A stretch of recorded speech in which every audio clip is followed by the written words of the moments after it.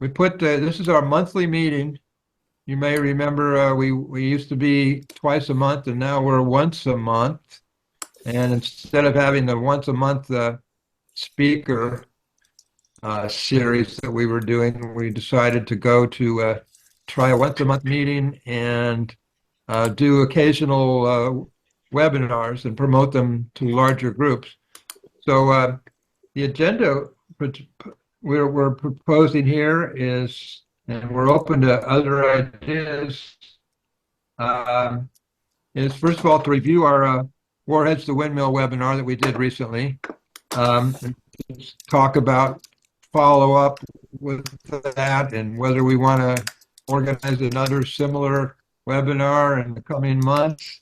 And then I put latest nasty nuclear developments. Well, some of them are good developments. It seems like there's at least one good piece of news, but basically share updates on nuclear abolition related news. Also updates from the depleted uranium working group if they have one. Also the Uranium Film Festival and upcoming voyage of the Golden Rule. Those should be relatively brief updates. And then kind of the big question for us, I think, is what should we be doing in the coming months? What should be the focus of our nuclear abolition work in this period? How do we take action and provide resources for VFP members and others to take action with us? So that's, I think, a really important discussion. And then related to that, we have a kind of an ongoing our desire to update the nuclear posture review.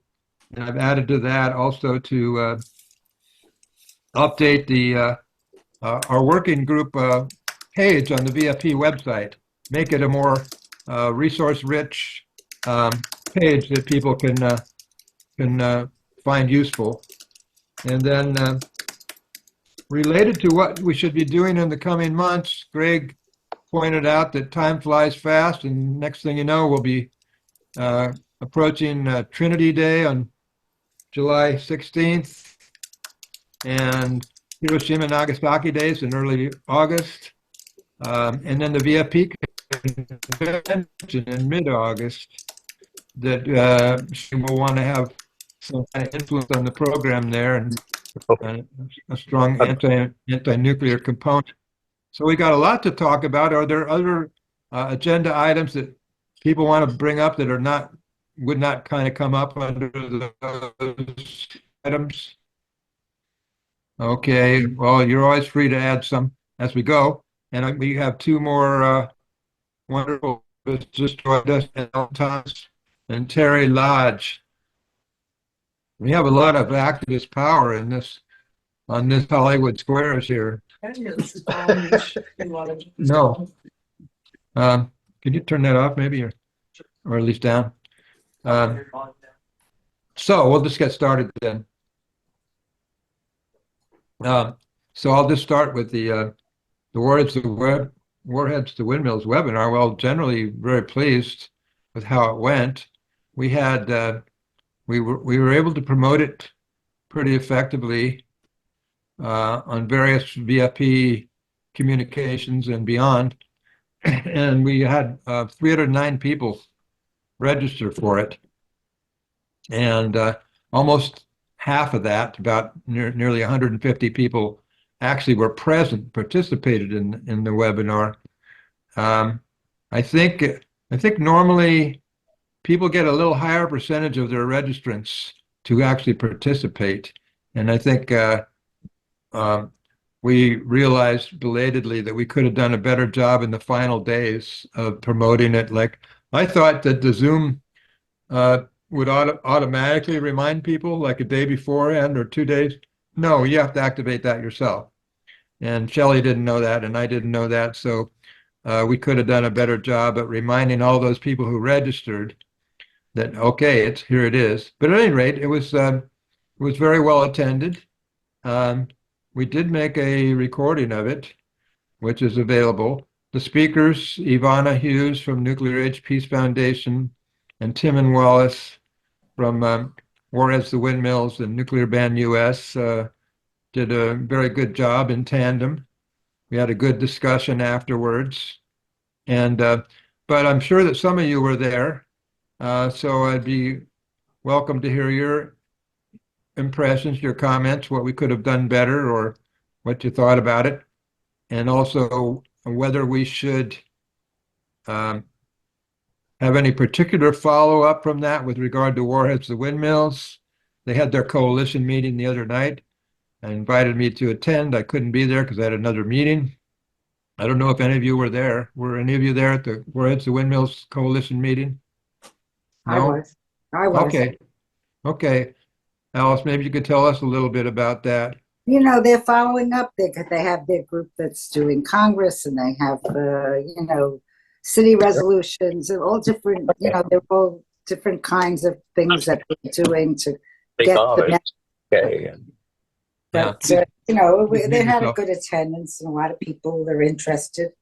But I have a, if I can say something now, the Warheads, to me, the most important thing about that is that Eleanor Holmes Norton has a resolution in calling for nuclear abolition and agreeing, you know, to convert those funds to green energy.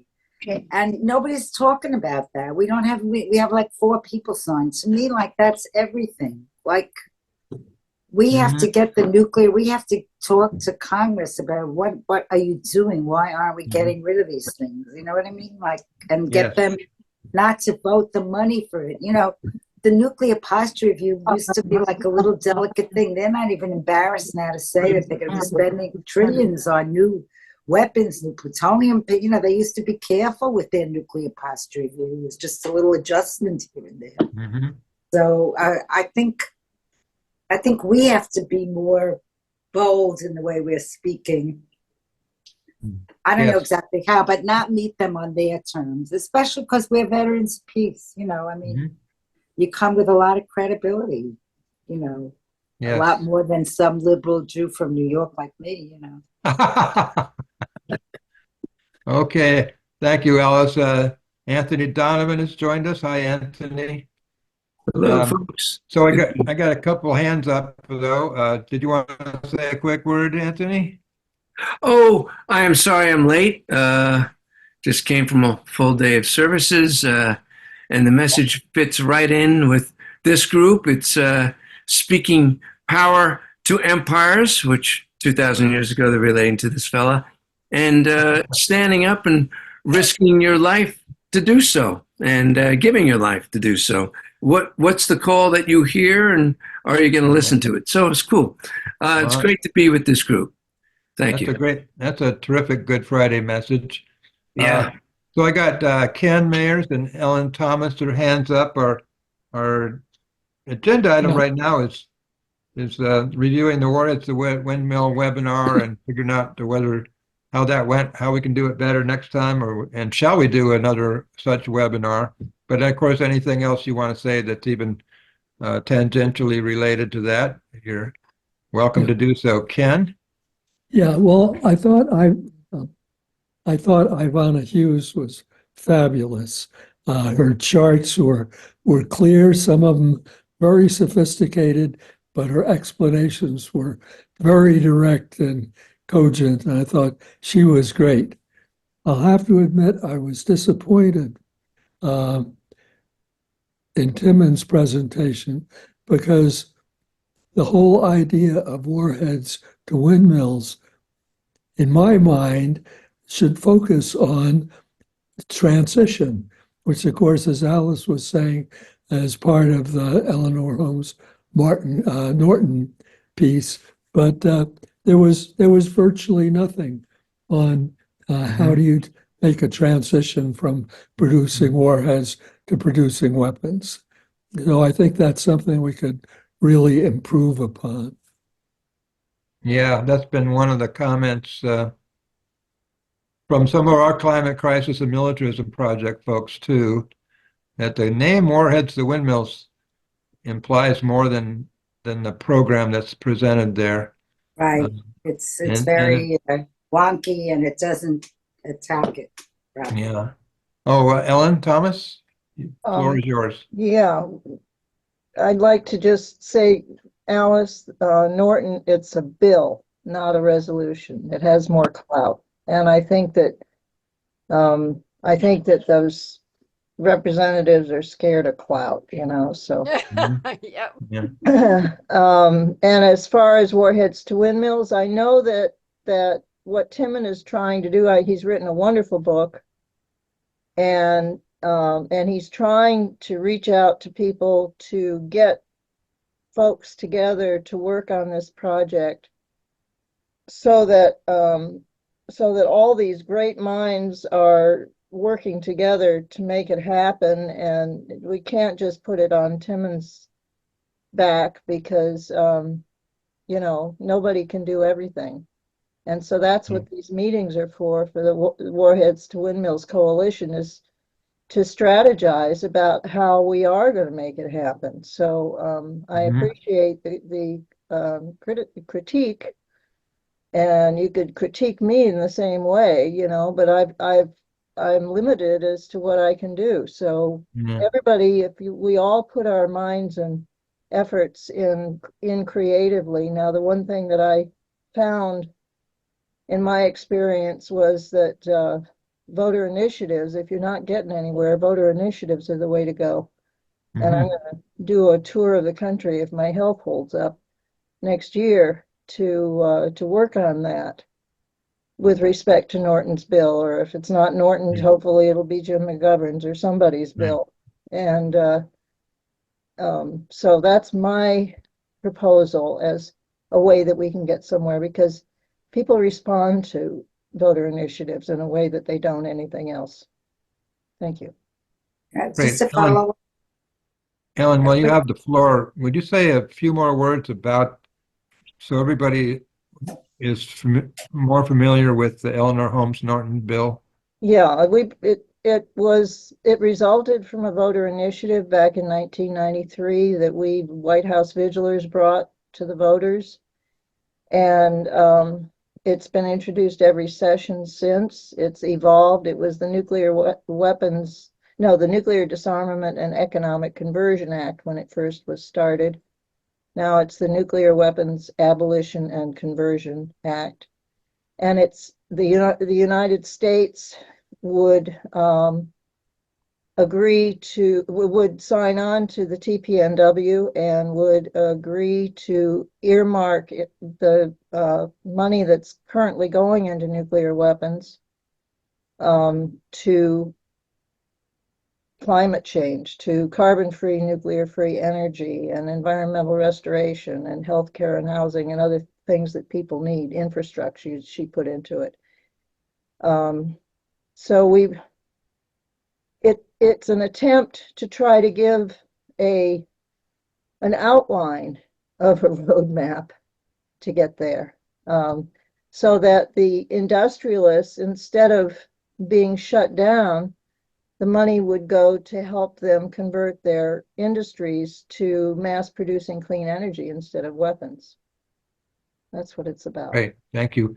Alice, Susan's had her hand up, Susan Lamont, and then I'm going to call on you, Alice. You had something to add? No, it's all right. Okay, go ahead, Susan. Okay, one quick thing is, I haven't read the book, so I assume Ellen has, and that maybe this is addressed a little more in the book. She can mention that later, but a couple of days after the webinar, Timon Wallace spoke in person in Sonoma County and apparently packed the hall, and I've heard only good things about that gathering. Here in Sonoma County, the Peace and Justice Center has been really moribund for a number of years, and we're having a meeting tomorrow to hopefully start getting things going again. I hope. That also our VFP chapter tends to focus on nebulous calls for peace without wanting to get into the weeds of actually what you would do to get there. And so I'm hoping, having watched that webinar, I was inspired to think about working on those two groups to jumpstart themselves around that particular issue. Whether I'll be successful, I don't know, but the anti-nuclear movement was so, young people were so involved in it back in the 80s. And young people seem to, it's kind of off their radar. Right. And being able to connect it to the environment, I'm hoping that we'll be able to get people a lot younger than those of us on this call would be a primary aim. Thank you. Great. Yeah, well, Ellen Thomas makes a very good point. You know, it's easy to critique the various initiatives in the nuclear abolition movement. Maybe none of them are perfect, or none of them are just as exactly what we might want to see. You know, part of the problem is it's a very difficult, long road we have to get, and very complicated. So, you know, generally, I would give this Veterans for Peace Nuclear Abolition Work Group credit for, from the very beginning, we've been pretty much supporting and trying to uplift all of these different campaigns, not choosing one over another, but informing people about all of them and encouraging people to participate as they will. Nonetheless, later on, we can have a sharper discussion about what we'd really like this group to be doing in the coming months. Alice? Yeah, I just want to speak from the wisdom of my experience and age. I got into it very late when everybody was marching and millions of people calling for a nuclear freeze. And I asked my friend Helen Caldecott, why did you call it a freeze? Because they all went home. And now you can see the legislation is so wishy-washy. You know, it's like embrace the NPT. They're not saying the new non-proliferation prohibition treaty. It says we embrace it. It doesn't say that we're calling on the president to sign the thing and have the Congress vote for it. You know, it's weasel words. It's really weasel words. And the only one that's really talking straight and plain is Eleanor. You know, she's been there forever, but I just feel like if we could make that like a project this year to get 5 people to sign on to her bill. Not the McGovern bill that says embrace the treaty for the pro. What kind of bullshit is that? What was McGovern is a co-sponsor of Norton's bill, and I think if Norton retires, I suspect we could talk McGovern into reintroducing. Well, that's actually isn't that actually being referred to now as the Warheads to Windmills bill, and they're kind of embracing that. Oh, absolutely, yeah. The link to Tim and Wallace's presentation in Santa Cruz, I put the link in the chat. We've got it up on the Wilt US Today YouTube channel. I recommend that you watch it. Susan, it may help you answer some of your questions about this presentation.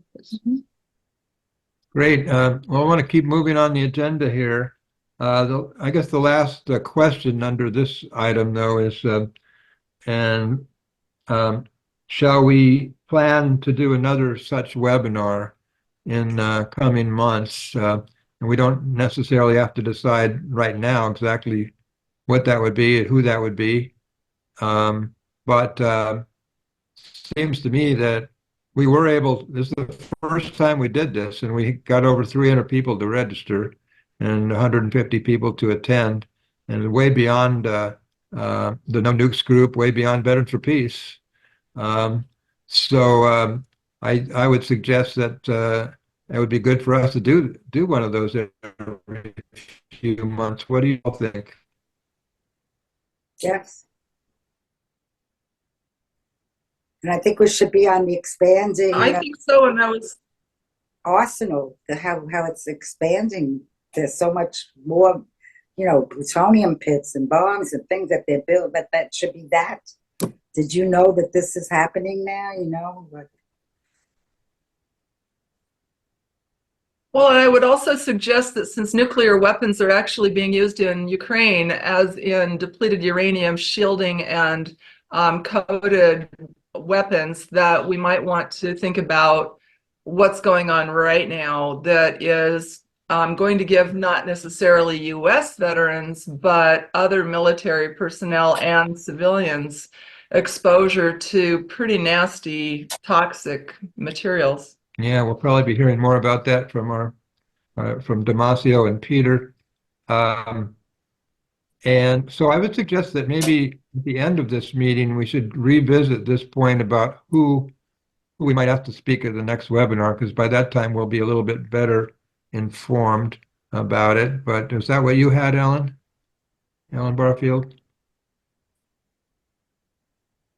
You had your hand up for a second. Ellen took it back down. Okay.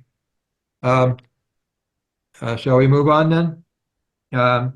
So this next item I kind of titled Latest Nasty Nuclear Developments, but this is just an opportunity for us to share updates on new information about nuclear weapons development, as well as what was that piece of good news I heard earlier? You know what I'm talking about? They just Yeah, so right, the consolidated interim storage facility, they've now both not been licensed on the New Mexico-Texas border for the above ground storage of nuclear waste. So that was a piece of good news that one of them just got, the second of the two just got denied their license. okay. Any other developments up there in Spokane or Idaho, Hollis?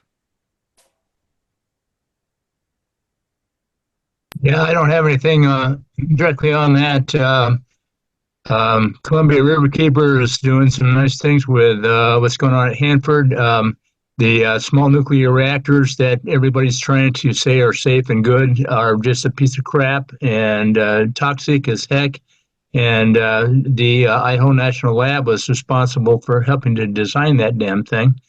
And I don't know what Bill Gates is doing in Wyoming. I think he was going to finance one on his own, but those seem to be proving to be a false lead. So, yeah, I don't have anything directly. I know Washington Against Nuclear Weapons Coalition is doing a thing on Tex Day to Earth Day, and they're forming a campaign to try to switch money around from the militarism to, as you said, the environmental protection that we need.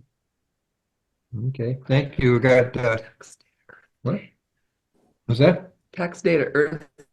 Okay, that's the whole campaign. Tax data. Okay, Jim and then Ken. Yeah, just real quick. I've been working with Back from the Brink and Mayors for Peace to try and make a little headway in a southern city, and to put it into the simplest terms, I failed. Welcome to the South. Mm-hmm. Want to say more about that? All I can do is I talked to the mayor before he was elected, and went over Mayors for Peace, went over Back from the Brink. He was in the mode of a politician, willing to listen to any wingnut about anything, and said, yeah, I'm familiar with this and I'd like it. And I said, okay, I'll set up a meeting. And I reached out, and since November, been reaching out and contacting the schedulers, contacting staff there once a week, and I got a very terse message back saying the mayor is going to pass on these. Not even, oh, thanks for this, and it's very interesting, but the mayor's a little bit busy, and we'll put it down the road. No, they just said he's going to pass on these, and so I'm going to work with. I kept Back from the Brink closely involved. I'm going to work with them to develop an op-ed once I quit spitting nails, and and we'll try and get it into the paper. Yeah, make some noise. Yeah. Or just fuck them. All right. Ken Mayers? Yeah, comment on the good news that was just reported about the two disposal sites that have been not licensed. One of the implications of that is that all that crap is going to keep coming to the waste isolation pilot project in Carlsbad, New Mexico, which was officially supposed to terminate yesterday.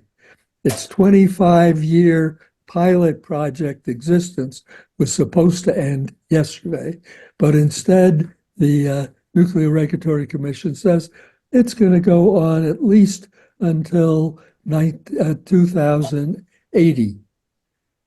And New Mexicans all suspect it'll go on beyond that unless there's another catastrophic accident down there.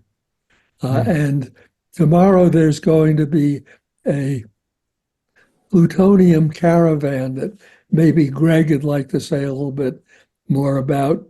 That's going to a caravan that's going to follow the route that the nuclear caravans go, the nuclear transports go. We're not going all the way up to Los Alamos. It's going to start on I-25 at a little site that anyone who's been on that road has seen called Camel's Rock. Oh, yeah. And it's going to follow the route of the trucks and eventually end up in Lamy, which is the closest the Santa Fe Railroad ever got to Santa Fe, for a press conference about 3:30 in the afternoon. But otherwise, there is a lot of action here in New Mexico to try to stop Whip Forever Now, as it's called. Good to know. And Ellen Barfield's got her hand up, and afterwards, so I'll ask Greg if he has something to add to that. Go ahead, Ellen. I find it pretty hilarious, frankly. It's two horrors opposing each other. That part of the issue with WHIP and the other planned nuclear waste dumps right there on the Texas-New Mexico border is the Permian fracked gas basin. Oh my God, it might fuck that up. Well, yeah, it probably will, you idiots. So I hope they mutually destruct. Greg, did you have anything to add to what Ken said Just about the one thing is it's a week from tomorrow, actually, April 6th. And the other thing, I just think this is interesting. The reason they're going to end up in Lamy is because they're going to recognize that that is where all the scientists and engineers who built the bomb and built that laboratory, that's how they got there. They had to disembark from the train there and take the bus into town. Just a little bit of history. Good, and I just wanted to mention under latest nasty developments, well, the war in Ukraine continues and seems to be escalating against all rationality. The genocide in Gaza continues pretty much unabated, and as do U.S. Preparations for war against China. So, I think oftentimes, and at least in the past, I think the nuclear disarmament, nuclear abolition movement doesn't always tie itself to U.S. foreign policy and U.S. interventionist policies, which of course are directly related. These three situations certainly are increasing the risk of nuclear war. The absence of diplomacy and continuing reliance on militarism and war and plans for even more wars are putting us all in a very precarious state. So I just think it's important in general for us to tie our nuclear abolition work to our anti-intervention work, because they really go hand in hand. Greg, you still got your hand up? Go ahead. Yeah, I just thought of something else. There's this article, I think I mentioned it in an email, Vanity Fair, the Hollywood issue, and they got this long article on our ballistic missile submarines. And I have only gotten a fifth of the way through it, but early on, the reporter who he was seeking a exciting story, and he's honest. He says the reason they gave me clearance to go do this story and actually ride on one of these submarines is because they want to prepare the American public for war with China. Mm-hmm. They want to get people worked up about that. Mm-hmm. And then a little factoid is that when one of these submarines, we've got 14 of them, I think, that go out all the time. Just one of them has more nuclear armaments on board than the whole country of India. Wow. All So that's right. it. That's chilling. Okay, that's enough nasty news. Now we'll move on to updates. First of all, from the depleted uranium, etc. working group, if you have anything to share with us today, Damasio or Peter. And then I want to hear about the Uranium Film Festival. Okay. Go ahead. I defer to my leader. Damasio. Peter, if you would please address that, I'll say something about the Uranium Film Festival. Okay. This is kind of impromptu, but I just wanted to mention that we were visited at our last meeting on Monday by Diana Cahal, who lives in Appalachia near the Portsmouth gas diffusion plant, which wanted to put a waste dump on top of her house 30 years ago, and she's been angry ever since. Who else did we have? My thing scrolled here and then I lost it. Lee Blackburn, and he is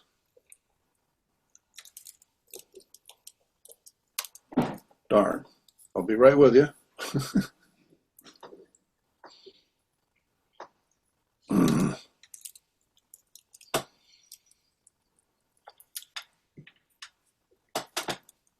He's quite expert on things like disposal and shipments, and like U-238 must be disposed of and now being shipped to UK to be processed at Capenhurst, but could convert to Duff 6 and Duff 4. He has this terminology down, but basically he knows about the processing issues, which are tremendous. And there are enormous contracts. I heard the word trillion at some point, that are designed to transcend presidential administrations to ramp up the production of nuclear bombs. So the issue of pits at Los Alamos is just part of that. There's dozens of these things and thousands of contractors. And the whole industry is basically going full tilt boogie. They've pretty much got their, they've got their funding pretty well lined up. And there's just going to be nukes, nukes, nukes. It's like drill, baby, drill. The uranium mining, the whole ball of wax is all interlocking and interrelated. And so when you ramp up pits production, you also ramp up mining, you also ramp up dangerous transportation, you also ramp up increasing stockpiles, and it just circles and snowballs on itself. So that was, for me, that was kind of the focus about this. Increasing the amount of fissionable 235. Can't do it with chemicals, have to use a physical process by size and weight of molecules. So the original gaseous diffusion process uses miles and miles of filters, hence the power consumption. About 100 acres undercover, 3 buildings, 60 feet tall, uranium so dense So you add fluorine to lighten it. That's very toxic. Heat it to make it a gas.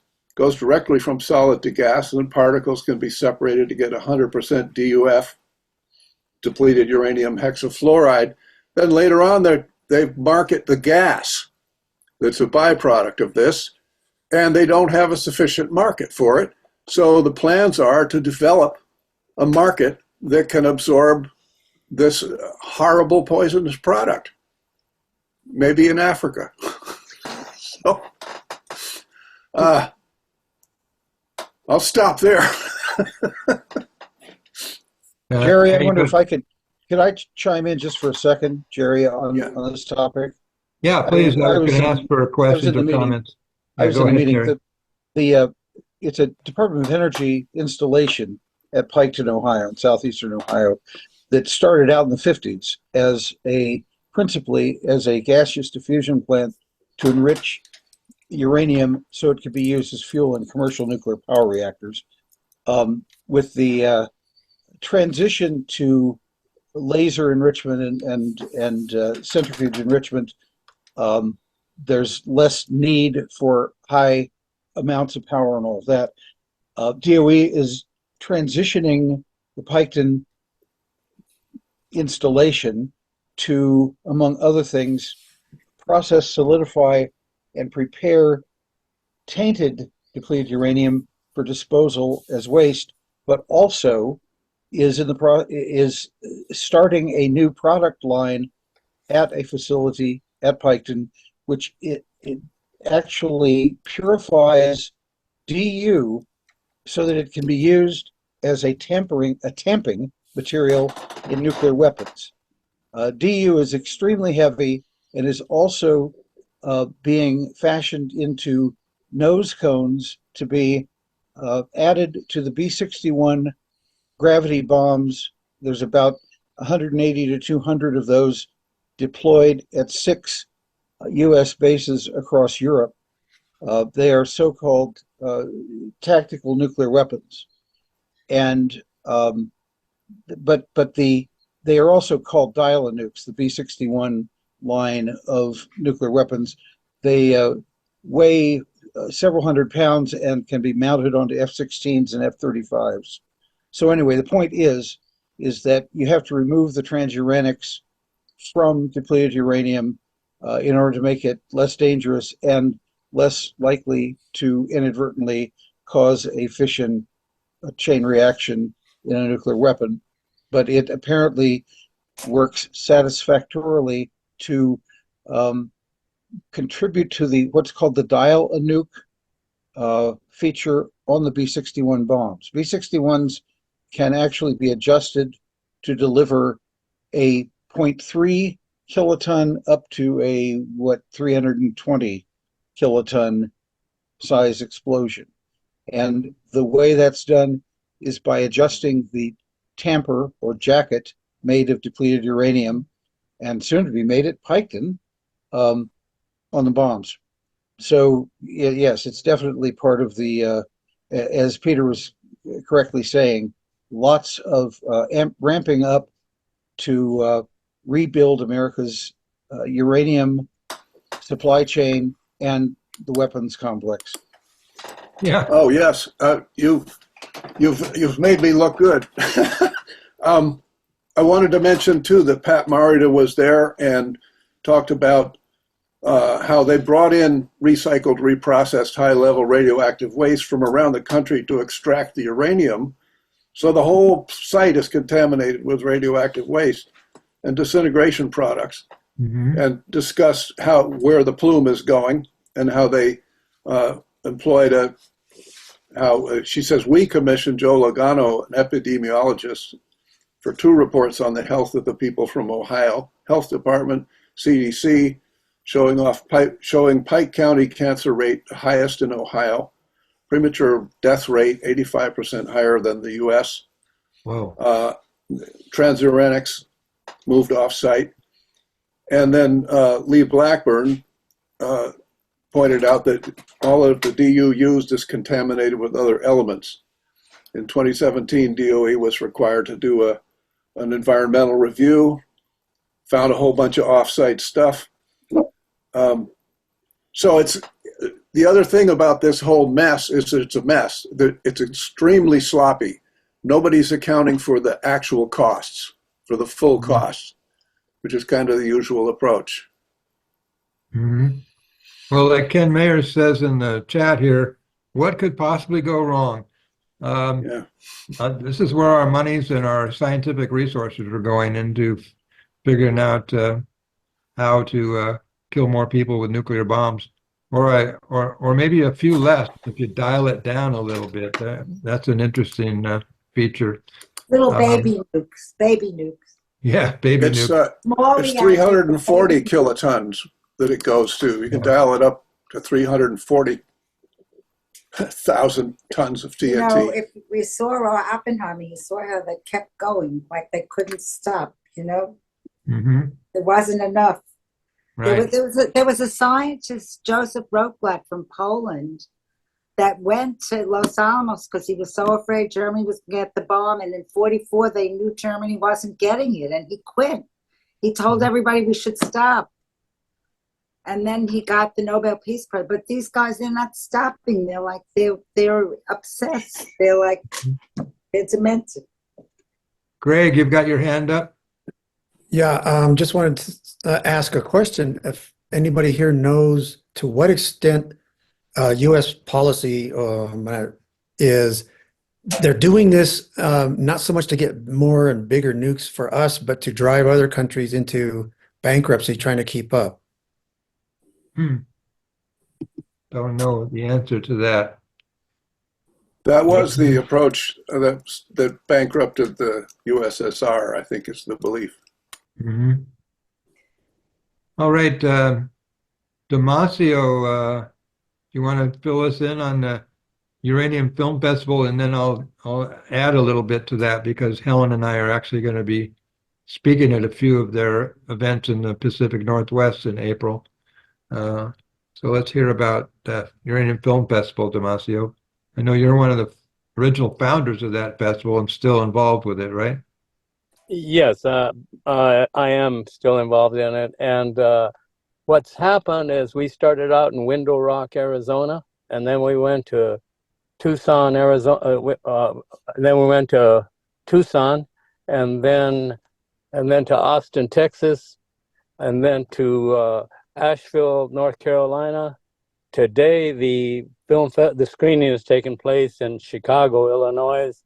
Some very good publicity was done in each of these sites, and we're having large numbers at these screenings. We're getting about 80% of the theaters filled up, and we still have several sites to go. Norberg, Schuschnigg, and Marcia, his wife, are headed out in that direction. I assisted in the Window Rock and Asheville screenings. Right now, I'm on the road. I'm on the way to Florida, but to do something different. But we're real pleased with what's happening, and it's not just the screening that's taking place here.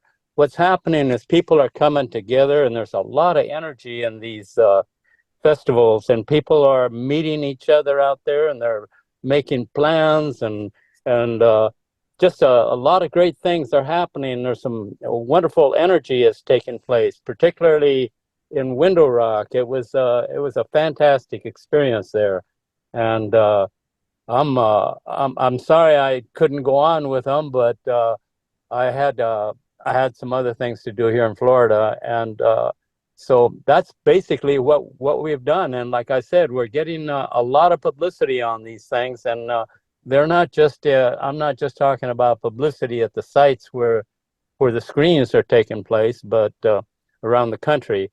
And a lot of the information is also going to Europe. Well, congratulations. That sounds terrific. Damasio, for those who may not know, like what kind of films are being screened, or what are some of the films that are being screened at the film festival? Well, 3 Mile Island, for instance, in Depleted Uranium, The Devil's Work. There's quite a few. I would say there's maybe 20 different, no more than that, 25, 30 different films that have been shown so far. And they are about both nuclear energy and nuclear weapons. A lot has to, the people are very, very interested in the contamination that's left at these sites, because a lot of the people that are attending these festivals live near these facilities. And they're quite concerned about what the future holds for them, and they're trying to figure out how they can get these people to slow down or pay for damages. And there's some talk going on about possible class action lawsuits taking place. Mm-hmm. Terrific. Well, I think the film festival is going to be in Spokane in a few days. Is that right? It is. That's correct. And okay, I should tell you, I'm going to stop right now, and I'm going to have to cancel out. I'm going to have to shut out right now because I've got some things to do on the highway here. Sure. Well, okay. Thanks for joining us. I would like to say I was in Asheville. Damasio, it was wonderful to meet you and your lovely wife. Yes. And the films were terrific, and I really hope that it can be worked out that they can be accessible online, because they were wonderful. Okay, great. Yeah. Well, thank you for that. And then thanks for being here, Damasio. Okay. And good luck with everything you're doing. Okay, good luck to all of you. Bye. Yeah. I know. Ken, go ahead. I was hoping to catch Damasio before he left. If he hasn't left, he may be here. Were you able to get First We Bomb New Mexico? Which one? First We Bombed New Mexico. First We Bombed New Mexico. I believe it's one of the films that it's going to be shown. Thus far, I haven't seen it in the festivals that I've been to. I've only been to Window Rock and Asheville, North Carolina. Yeah, but, it is in the festival circuit, and they're hoping for a theater release sometime within the next year. And of course, it's about the downwinders. Sure. Well, we plan to do it. You know, this has been so successful this year for us with our screenings that we're talking about doing this on a yearly basis here in the United States, and maybe include some other sites. And Norberg and Marcia, the directors, they're really excited about what's going on, and they're very happy. They're able to pay their bills finally. And we're all rooting for them and hoping that this festival just doesn't peter out on us, and that it just goes on and on. Terrific. Ken, you want to say a few more words about that film? And is there any possibility that Veterans for Peace could help promote or show that film at some point? Well, we're certainly going to keep track of it. It basically follows Tina Cordova, the founder of the Tularosa Basin Downwinders. And she is just a phenomenon. In fact, the Albuquerque Art Museum last Saturday had a special event. They have an exhibit now of art connected with the Downwinders, and Tina was a featured speaker, and they filled the auditorium. There were at least 200 people there for it, and we have a pretty good relationship with Tina. I'm sure she'll keep us informed of its availability. She's been on with this group in the past, so a lot of you are familiar with what a terrific person and speaker she is. Say her name again, Ken. I missed it. Tina Cordova. Yes, and she should be one of the people we're looking at maybe for our future webinars as well. So I know that the Uranium Film Festival is going to Spokane soon, then to Vancouver, British Columbia. Then it's going to be coming down Seattle, Olympia, Portland, Salem, Eugene, and they're in several of those places in the Pacific Northwest. They're showing the film about the Golden Rule, making waves, the rebirth of the Golden Rule, which although it is how many years? 5 or 6 years old, it's still very, very relevant and powerful film and very effective. We found it to be one of the best resources that we had on our recent great loop voyage around the eastern part of the United States. And in a couple of those places, they're going to be showing it in Seattle, and they've asked us to speak afterwards. I'm going to be going up to speak there. That's Sunday, April 14th. Helen's going to be presenting about the Golden Rule, etc., at the Western Regional VFP Conference in Northern California that same weekend. And then she's going to come up and join me for Uranium Film Festival stops in Olympia, right? And then Olympia. And then we're also going to be speaking in Salem, Oregon. So anyway, that we're going to be busy. That gives us an opportunity also to further the organizing that's going on for the Pacific Northwest voyage of the Golden Rule, which is actually the next thing on our update agenda. Helen's going to give us a little update on the progress for our going to Seattle, where Keith Orchard is on here, was from Seattle Veterans for Peace. Thanks for being here, Keith. Lots of good actions planned. Helen? Yeah, that's true. Well, it starts off with a bang at Bangor Nuclear Submarine Base, which was referred to earlier in our discussion. So, they hadn't had a water-based protest between 1982 and 2016 when the Golden Rule came. So they did one then. They tried to do one the following year, but this will be the next one where we're going to do on the water-based protest against those submarines.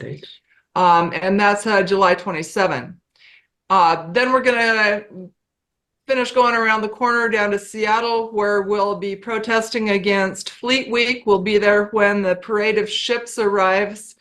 This will be our sixth, seventh, I think, time of protesting against Fleet Week. Veterans for Peace is doing a no military air show campaign at the same time against the Blue Angels. And so we'll be joining them. We'll be commemorating, of course, Hiroshima and Nagasaki days with Ground Zero Center for Nonviolent Action, as well as the normal annual Hiroshima event at Green Lake in Seattle. Eventually, we're going to go around Lake Washington and come out and go down to Tacoma and Olympia, back up to Bainbridge Island, Coupeville, up into Canada a couple of times, and then finish up at the Wooden Boat Festival in Port Townsend before heading back south towards our winter destination. We have lots of great people working on organizing. Fortunately, our first event is not until 4 months from now, so we have lots of time to do a really great job. And the thing I'm looking at here with the VFP No Nukes is to establish really concrete actions that we can ask people to take while they're in the room with us, or to give them something on a flyer that's got a QR code so they can take action immediately for whatever we choose. And so I want to reinforce whatever the working group decides to do regarding actions by encouraging those same things with the Golden Rule event attendees. Great. And that's all going to be for about 2.5 months. We'll be leaving Humboldt Bay in Northern California on about the 15th of July and heading up the coast. Then arriving back in Humboldt Bay around the 30th of September. And we'll be in Portland and Vancouver, Washington in the first week of September also. By the way, this is a really beautiful time of year in the Pacific Northwest. So if any of you are thinking about taking a little vacation to the Pacific Northwest, you could look at the Golden Rule schedule and maybe join us for some of those events, or maybe even to sail on the boat for a while. So unfortunately, Hollis, we can't make it all the way to Spokane, but you're welcome to come over and join us. Actually, in some cases, we're going to be sending our emissaries out to speak to areas where the boat can't get to. We'll be happy to come up to Spokane for a special event there, or you can come over and join us for Fleet Week and in Seattle. Yeah, we're showing the Golden Rule film at the Uranium Film Festival on the 3rd of April here at the Magic Lantern Theater. Great. That's great. Wish we could be there for that. Yeah. Okay, so, well, this brings us, let me see, how are we doing? We've been on for an hour, and we'll try to finish up within the next 30 minutes. But this next discussion, I think, there's a lot of great sharing here. And a lot of very knowledgeable, experienced activists on this call. So I'm just thinking, like, if we ever decide to actually focus our energies in a well-coordinated way, we could accomplish something pretty significant. And with that, I would say I'd like to entertain what should be the focus of this group in terms of actual action in the coming months. Now, our listserv is very busy. We share a lot of valuable information there. The webinars and the speakers are wonderful, and I hope we'll keep doing that. That's on the educational front. But in terms of actual activism, it seems to me we have a number of options. We could hitch our wagon to one or another of the ongoing national campaigns, or we could come up with our own Veterans for Peace initiative that was somewhat unique.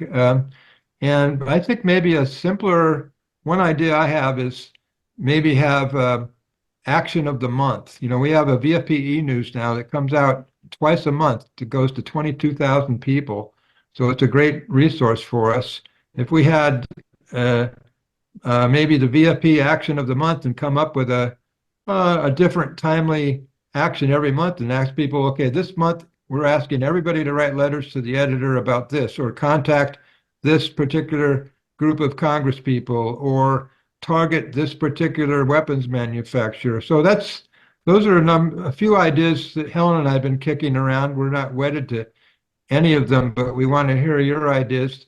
And then related to that, as Greg reminded us, before long it'll be July 16th and Trinity Day, and the first week of August, Hiroshima, Nagasaki, and then the middle of August, the VFP convention, where I think we definitely want to have a presence for nuclear abolition. So I'd really like to hear your thoughts about how we can provide more leadership to our members and resources, and try to focus our actions to become a real activist force. So the floor is wide open.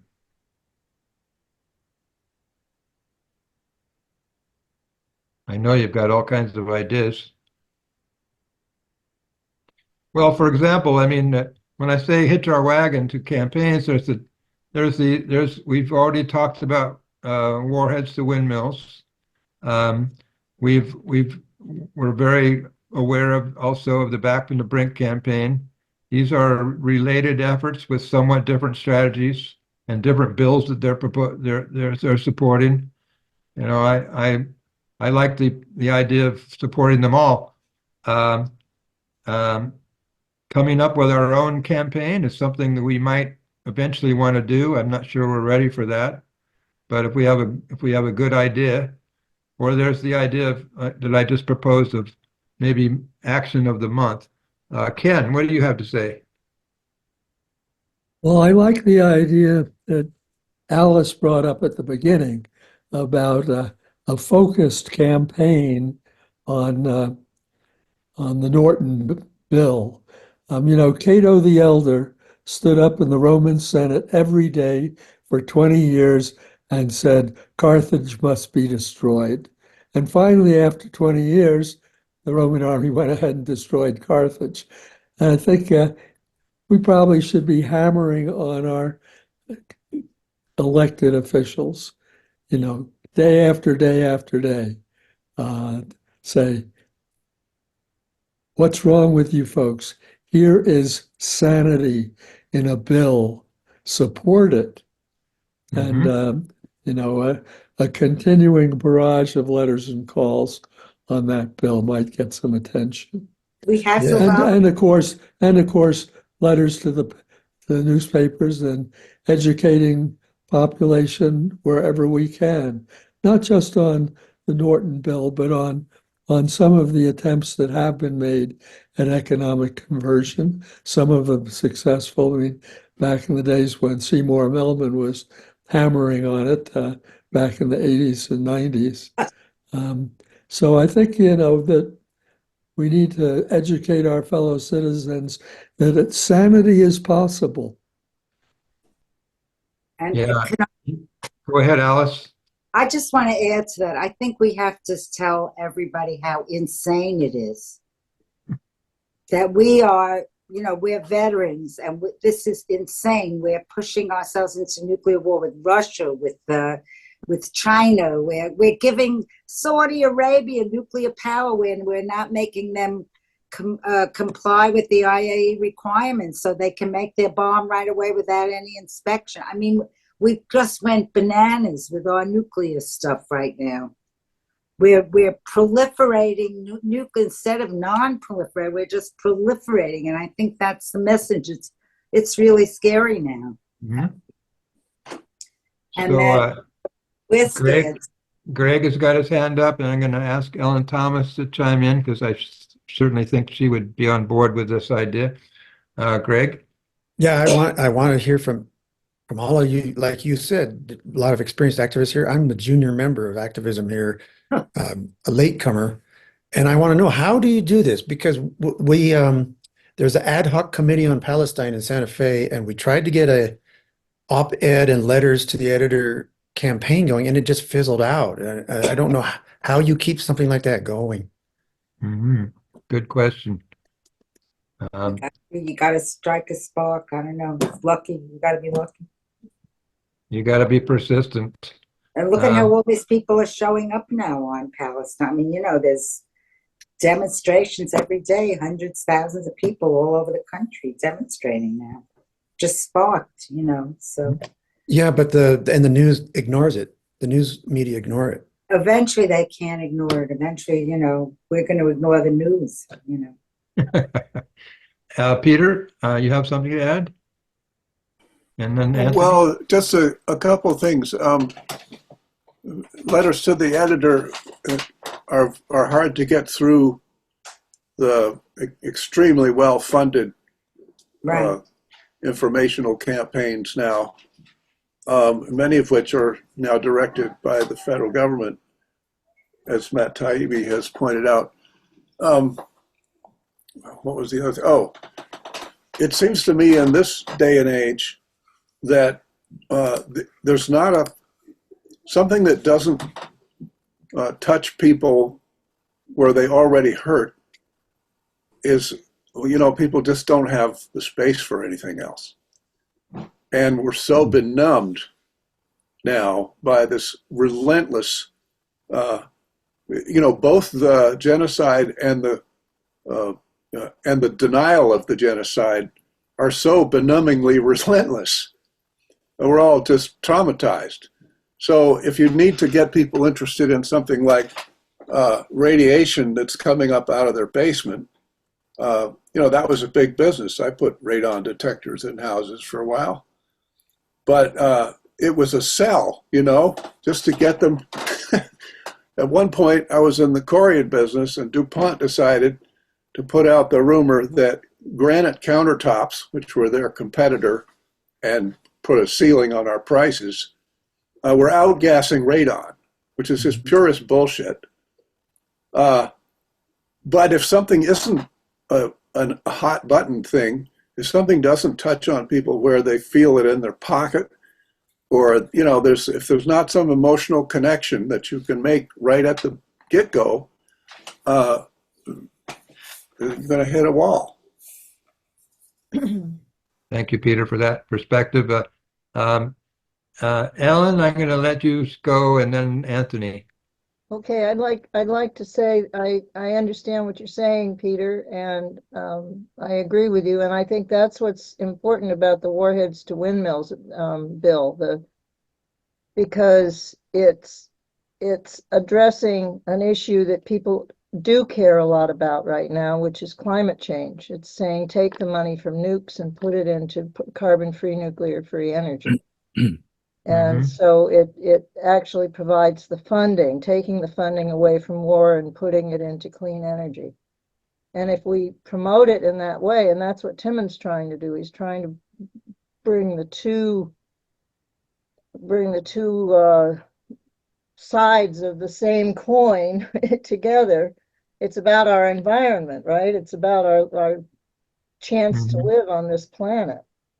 And you might be more successful if you say, look, we don't need nuclear weapons, we got to get rid of them, and that all that money, the trillions of dollars that are being spent on nuclear weapons, could be going to shut down the nuclear plants and the fossil fuel plants and building windmills and solar panels and paying the people who are shut down to transform, to retrain the workers and retool the factories so that it's a seamless transition rather than people having to suffer.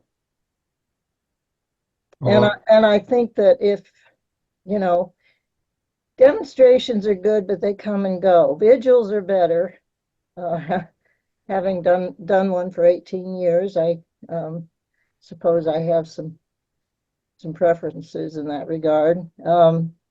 Because people get used to seeing you and they stop and talk to you, and it changes their thinking often. But you have to have people who are willing to do that.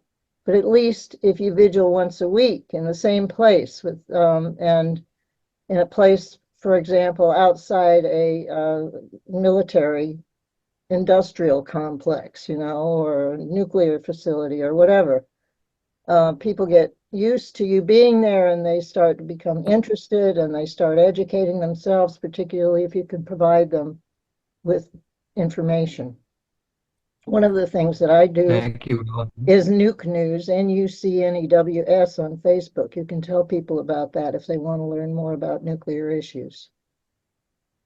Which one is that again? Nuke News. Nuke News? It's NUC, not NUKE, NUCNEWS. Okay. Anthony, you still have something for us?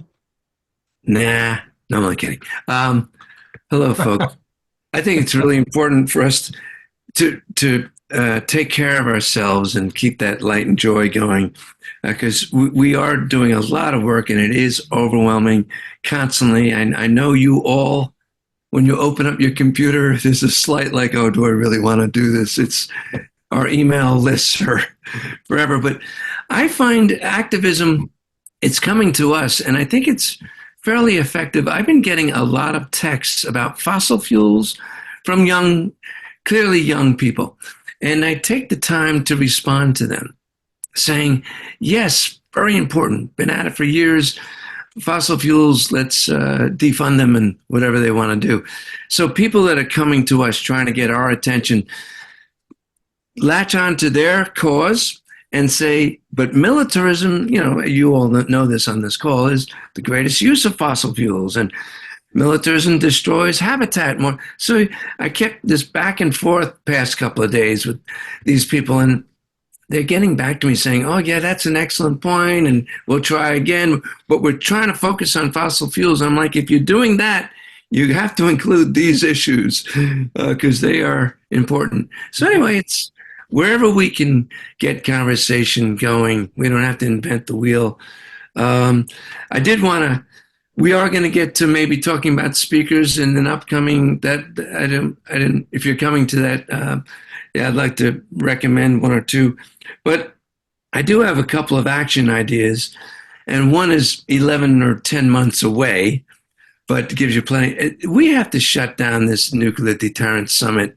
It is absolutely horrifying and appalling, and it's got to be shut down. And we've got to do what, Jim, what was it, three of us there? So we really need to push back, and I'd love us to help organize many different groups to show up wherever it's happening next year and really cause a stink and really have people notice. It's insane and it's immoral and it's really wrong what's happening in there. So that'll be an action about 10 months from now to focus on. We also have the Peace Walk, which is the Veterans for Peace Walk from Maine, which you all know about. But I think that's important too for us to make sure that nukes are in there, talked about. Our literature about that is and Tarak is making that so. But when we get to DC in July, to really, we're getting there for the No to NATO rally. And really, that's really important because we have all our nukes in 9 NATO countries right now, or 8. It's absurd. 9. Yeah. So no to NATO is really important too. And it's all connected to me, to nukes. So I'm going on. I'd like to talk about one film that's 2 minutes long, and I'm pushing my own. But New York City, and Jim, to make you feel better, you feel bad that you didn't get a Southern mayor to sign for mayor. Well, how about a liberal New York City mayor that's not signing on to, so we have the same problem with all our liberalness up here. He's not signing on to Mayors for Peace. And the mayor put out last year, I think you all saw it maybe, this PSA, public service announcement, about how to protect ourselves with a nuke strike. Well, that is insane, absurd, a lie. So I did a little modification about that. It's a total of 2 minutes, but that's kind of a tool that shows you what the empire is putting out for you to believe about nukes and the pushback on it. Like, no, I'm sorry, that fact is wrong. This fact is wrong. That fact is wrong. And so that's a little 2-minute video that can help stir some conversation. Well, God bless. The New York Times, I'm happy to say, is coming out. Maybe you've seen it. Just started with weekly articles about nuclear weapons. They're not mentioning the TPNW, but they're mentioning everything else. I've been writing in support of that, but no one's answering. But anyway, there's some positive things. If the New York Times is saying that New York nuclear weapons are really dangerous, we have to do something about this. And I've been screaming back at them like, yes, we've got a tool. But so far, no response. But anyway, God bless. I've gone on. So thank you. Thank you, Anthony. A lot of good stuff there. Helen, and then Rachel. I just had a couple small suggestions. One is, even if the big papers won't publish your letter to the editor, I know that in Seattle there's 2 alternative papers. There's a ton of neighborhood papers. And so with the smaller papers and the local radio stations and even some local TV stations and social media, you should be able to get the word out one way or another. But the other suggestion was to look to the churches. We've got now in the United States 2 archdioceses that are working really hard on nuclear weapons abolition. And I think that one of the things I might like to do with the Golden Rule is to get into more Catholic churches. Mm-hmm. So we got to be creative. And I love that film, Anthony, being creative with that ridiculous, you can survive a nuclear weapon film. Thank you for doing that. Right. We should put that on our VFP. What's the other archdiocese? I know Los Alamos, but I think it was Seattle. Yeah. Yeah. Is there a link to your film, Anthony? Anthony, is there a link to your film? You're on mute, Anthony. I'm sorry. Yes, I'll put it up. Thank you. Sure. Great. Rachel? Yes, hi. Thank you for giving me this opportunity. This past weekend, I gave a presentation to the Japanese audience. Mainly, this is the organization called Kansai chapter of Japan Journalist Congress, I'm sorry. And this presentation is based on what's going on in the US media. And I run some research on this area and came up with like a little over 70 pages slides. And I just want to mention about how the media has changed the last 20 years. For example, there used to be 9,000 local newspapers and 3,000 of them were closed. And please take a look at the web link that I shared in the chat box. There are so many counties in this country where there are absolutely no local newspapers or only single local newspaper. If they have multiple local newspapers, they're lucky. It's only big cities.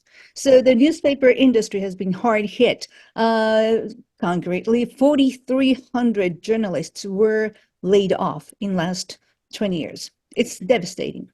And 2,700 of them were laid off in last 3 years. And well, they're losing readers, subscriptions. Also, mainstream media's news TV shows were losing their audience. So what's going on? They're losing sponsors. Okay, they're losing sponsors. They're losing revenues. So they have to close their branches across the United States. And they're laying off their employees and journalists. And where are they going?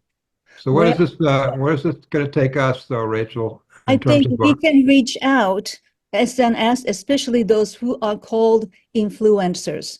And those who are very much popular among young audience are most likely pro-nuclear, unfortunately. But I think we can target those influencers explaining why nuclear is not our choice. You mean pro-nuclear energy, right? Right, pro-nuclear energy, yep. Even Oliver Stone is now nuclear energy.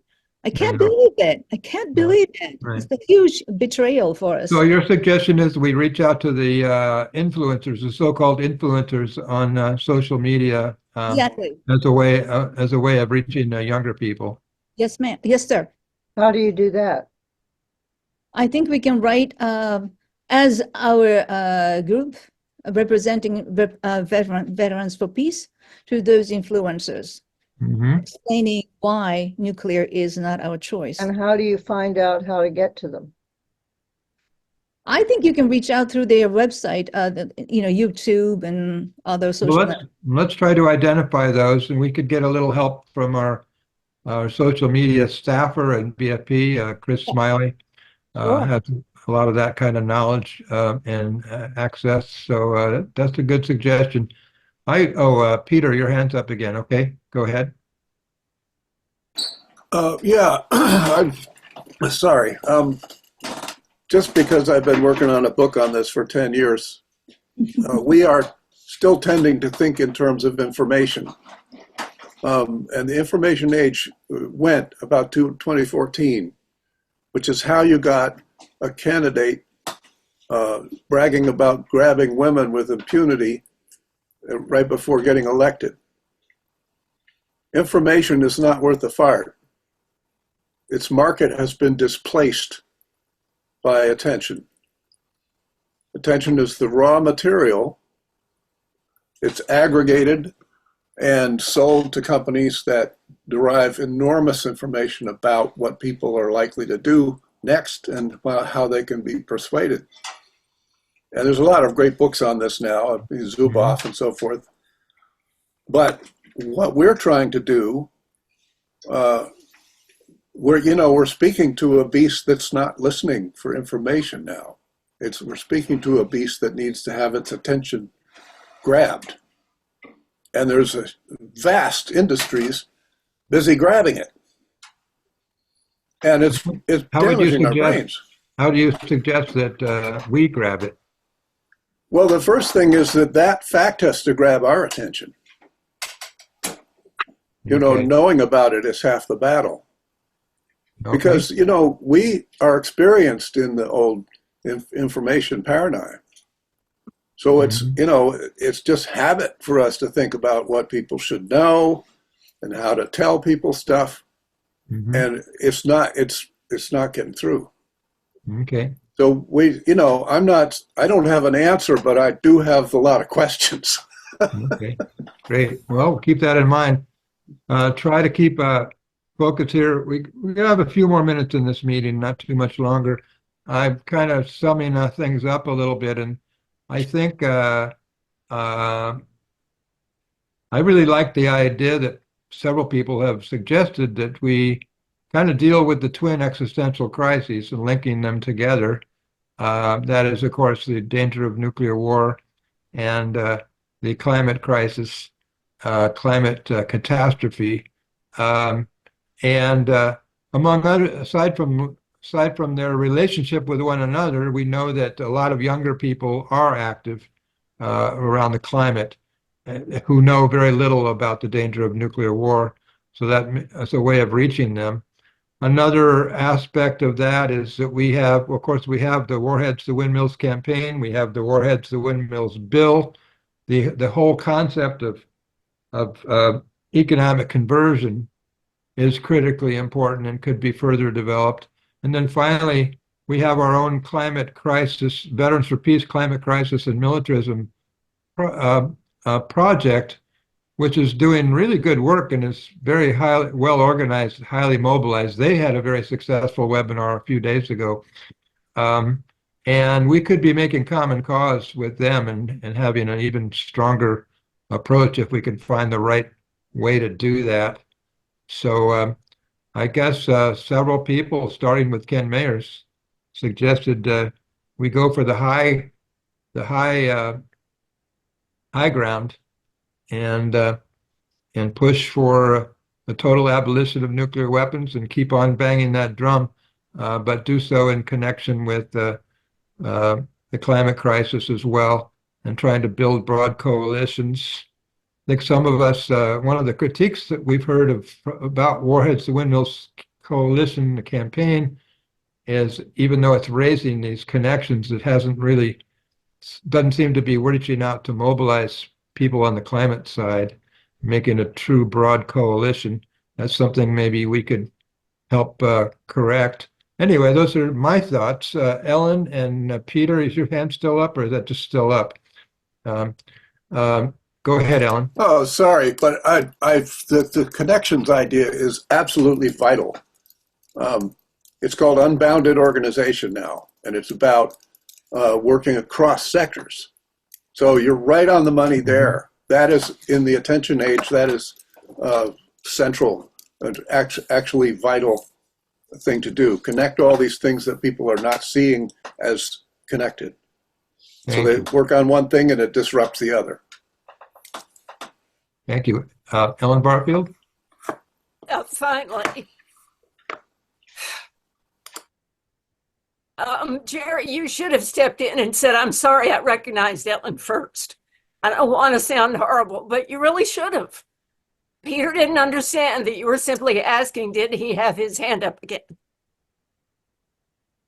Let's be a little bit better running a meeting. We faced two existential crises, and me and a few friends for a very long time have been trying to get climate people, young ones and old ones, to recognize that it's not just another existential crisis that they really should pay attention to.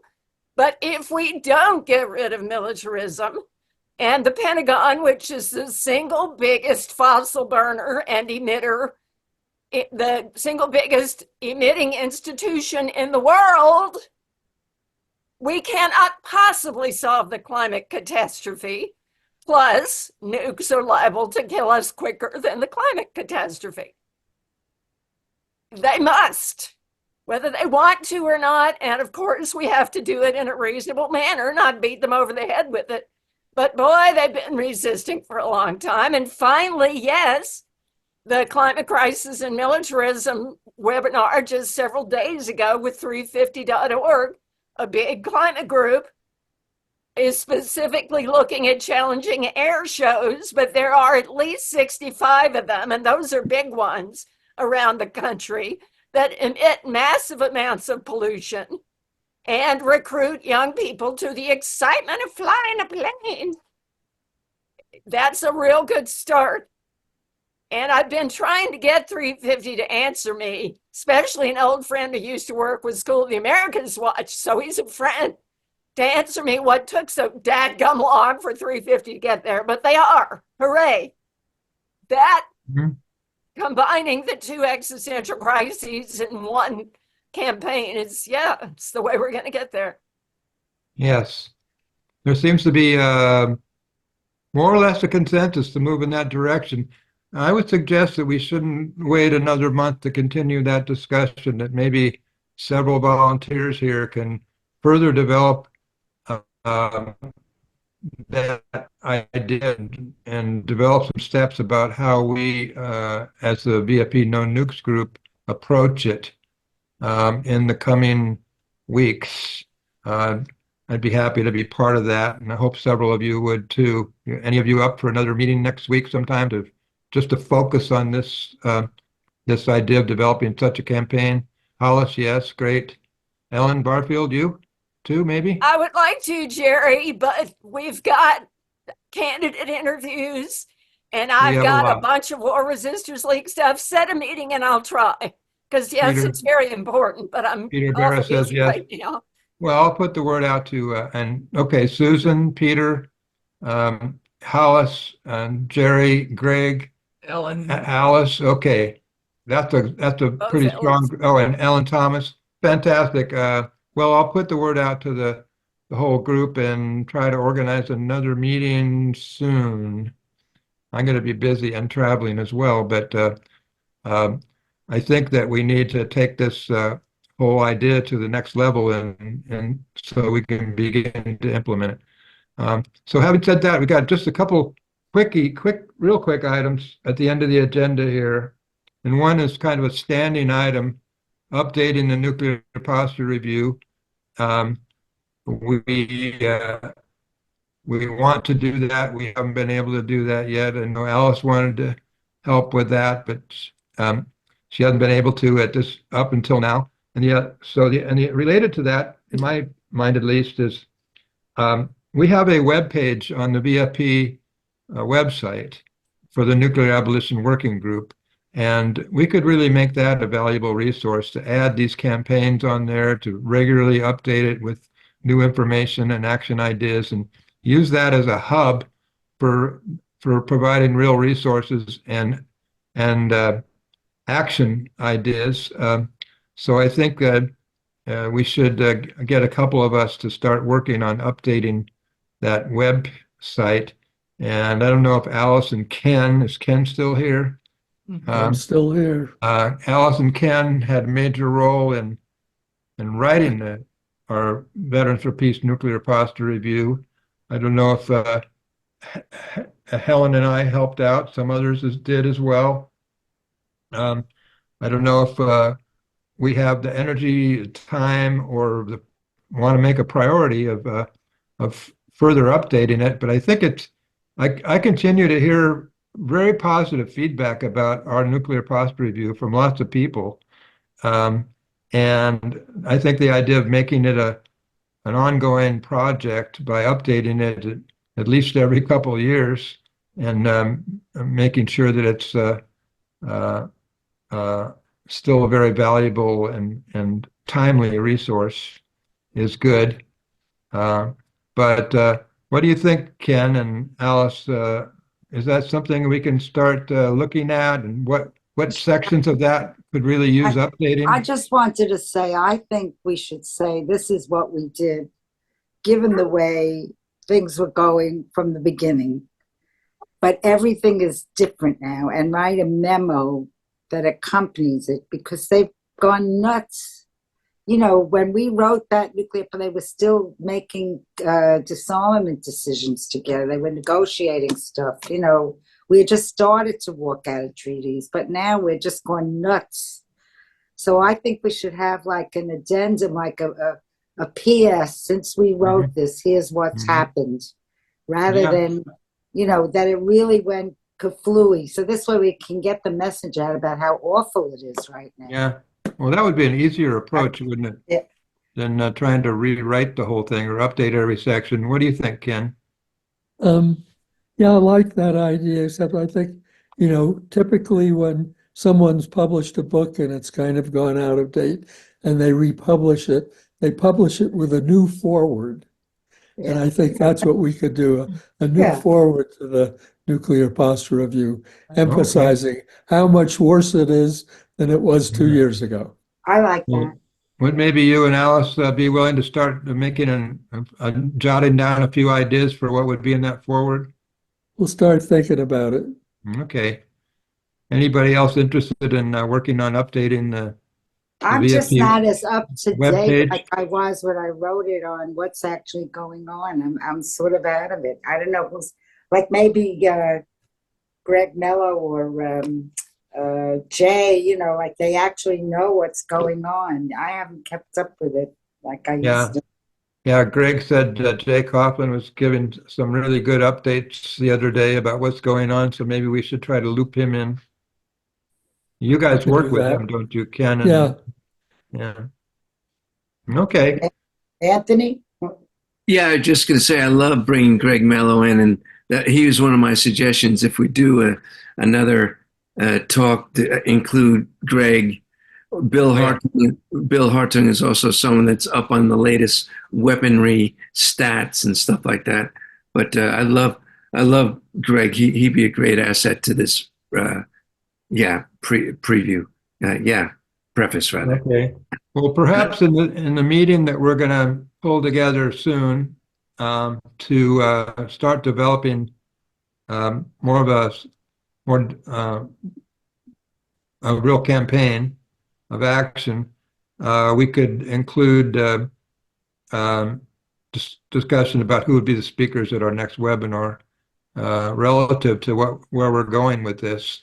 So maybe we could invite people from the Climate Crisis and Militarism Project and people who working on the Eleanor Holmes Norton bill and people from Warheads to Windmills to an action webinar together. But while we're still here, though, anybody want to throw out some more other names of people they would like to hear speak at a No Nukes webinar? Well, we've heard several. Tina Cordova was mentioned, Greg Mello. Ray Atchison, who I keep trying to get and will keep trying. Yeah, Women's International League for Peace and Freedom. Forget her. Keep after her. Keep after her. She seems to have a very full calendar and not be easy to. Ray is actually they now, by the way. But Okay. yes, Ray is extremely busy, but Ray is willing, just very busy. Ray has not said, hell no, I don't want to mess with y'all. Ray has said, I'm busy. Okay. And I know that, so I'll keep trying. Maybe it would be possible to just film her, have her say what she has to say, and as a recording. And Well, there's probably already films of her, and that's a very good idea of them. And I have repeatedly recommended Ray's book about getting the TPNW. I'm trying to remember the name. Challenging the Patriarchy is part of it. And it's an excellent book that came out 4 or 5 years ago now about getting the TPNW, because people just got really tired of pushing the NPT that says the nuclear nations will disarm at an early date. And what the hell does that mean? And they ain't doing it. And yes, they're all building new nukes now. Every damn one of the 9 nations are upgrading. So I highly recommend Ray's book. There's another one too that isn't specifically about nukes. It's newer. It's good too. It's about banning violence in general. Banning the bomb, smashing the patriarchy. Thank you, Ellen. I would recommend everybody buy and read that book, or go tell your library to get a copy. But yeah, it's a good idea to look for a film. Banning the bomb, smashing the patriarchy. Right. Okay. And that's Ray Atchison's book? Yes. Okay. Great. Well, any last comments before we finish? I just put it in the chat. Any last thoughts or comments before we wrap up this meeting? Well, I think it's been a really useful meeting. I'm really glad we had such great participation and a lot of good information shared. And now we're kind of focused, beginning to focus down on more effective activism on our part. So that's good. The follow up in the next couple of weeks on that is going to be important. So I think we have notes about the people who raised their hands to be part of that. I know it was Ellen Thomas, Peter Barris, Greg Corning, Hollis Higgins, Alice Slater, Gerry Condon. Those were some of us. But I'll put it out on the VFP. And don't leave me out, Gerry. I am interested. I'm just super busy.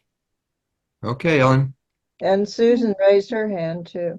You're all, Susan Lamont? Just send it out to everybody. Great. So we got a great group of people who want to continue developing this work and making our we have a lot of potential here, and we want to really achieve as much as we can in that regard. So we'll work on it. We have a recording of this meeting. It'll be available for anybody who wants to see it. It'll be available within a couple days, and we'll have notes as well. And Greg, are you still doing the hard work of taking notes for us? Yes, I'm trying to do that. Okay, terrific. Okay, well, thanks everybody. Thank you. And we'll see you all again soon. Peace. Please.